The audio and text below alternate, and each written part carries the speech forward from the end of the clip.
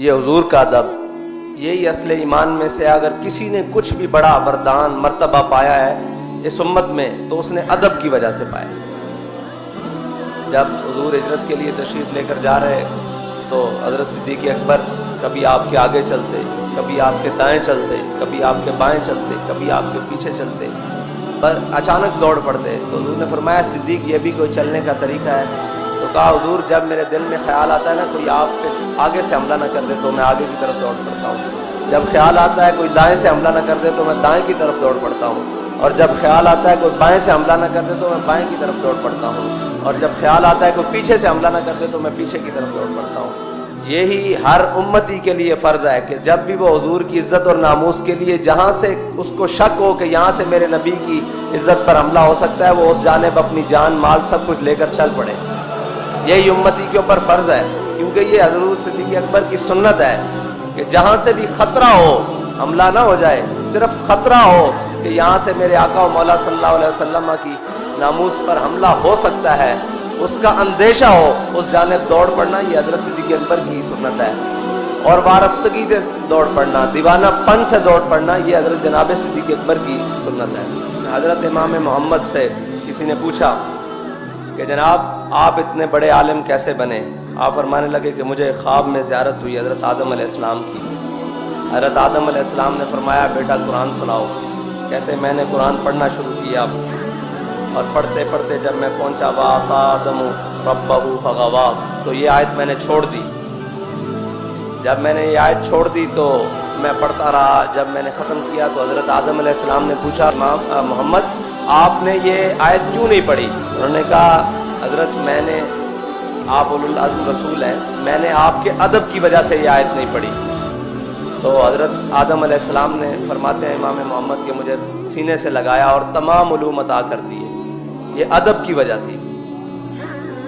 اب حضور کی محبت اور صحابہ کا ادب، اس پر قبیلہ بنی عمر میں جب سید عالم صلی اللہ علیہ وسلم صلح کے لیے تشریف لے گئے، نماز کا وقت ہو گیا، مؤذن نے اذان دی، نماز حضرت صدیق اکبر پڑھانے کے لیے کھڑے ہو گئے۔ دوران نماز دو باتیں ہیں، ایک بات ہے کہ حضور نماز میں موجود نہیں ہے، صحابہ کا خیال کدھر ہے، اور ایک بات ہے کہ حضور نماز میں موجود ہے تب بھی صحابہ کا خیال کدھر ہے، دھیان کدھر ہے، نگاہیں کدھر ہیں، صرف دھیان نہیں نگاہیں بھی کدھر ہیں اور خیال بھی کدھر ہے۔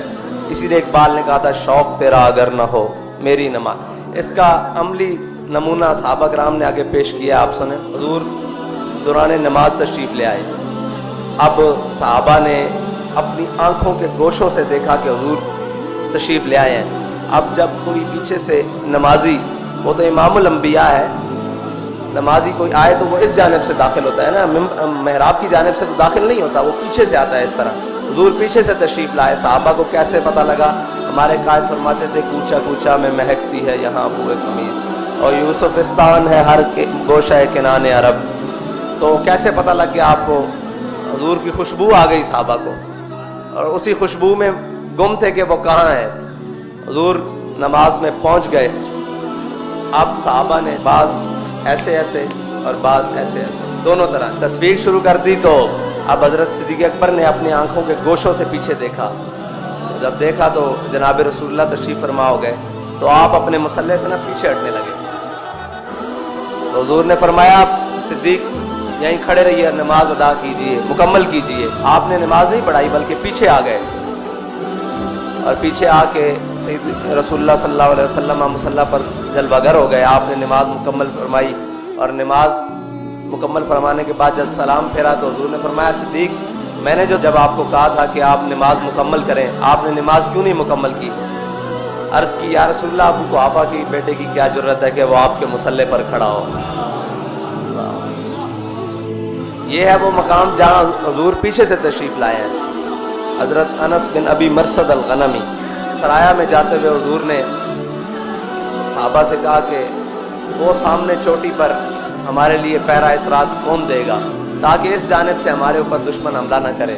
تو حضرت انس بن ابی مرثد الغنمی کھڑے ہوئے، فرمایا حضور میں پہرا دوں گا۔ رات گزری، صبح فجر کے ٹائم حضور نے پوچھا کہ وہ ہمارا شاہ سوار نہیں آیا؟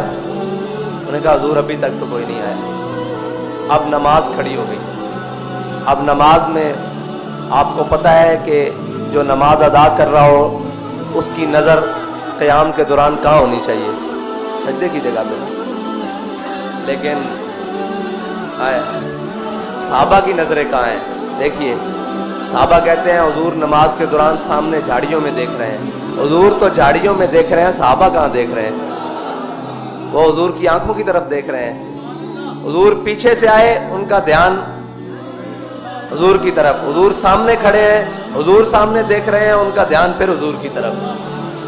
شوق تیرا اگر نہ ہو میری نماز قائمہ، میرا قیام بھی حجاب میرا سجود. اسی لیے اقبال نے کہا مغز قرآن روح ایماں جانے دے.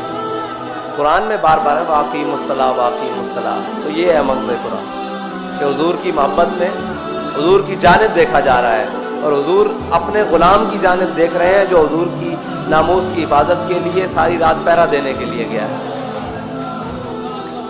اللہ اکبر. یہ ہے حضور کی ناموس پر، حضور کے دین پر کام کرنے کا ایک چھوٹا سا صلہ کہ نماز میں حضور اپنے غلام کی جانب دیکھ رہے ہیں.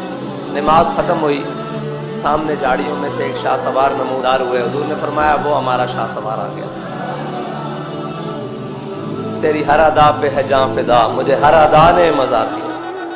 حضور نے فرمایا، اب ہمارے قائد فرماتے تھے، حضور نے پوچھا کہ راتی ستے رہے ہو یا پہرا دیندے رہے ہو؟ میں نے کہا حضور قضائے حاجت واسطے یا وضو واسطے تھلے اترے ہیں، باقی ساری رات گھوڑے دے اتنے پہرا دیتا.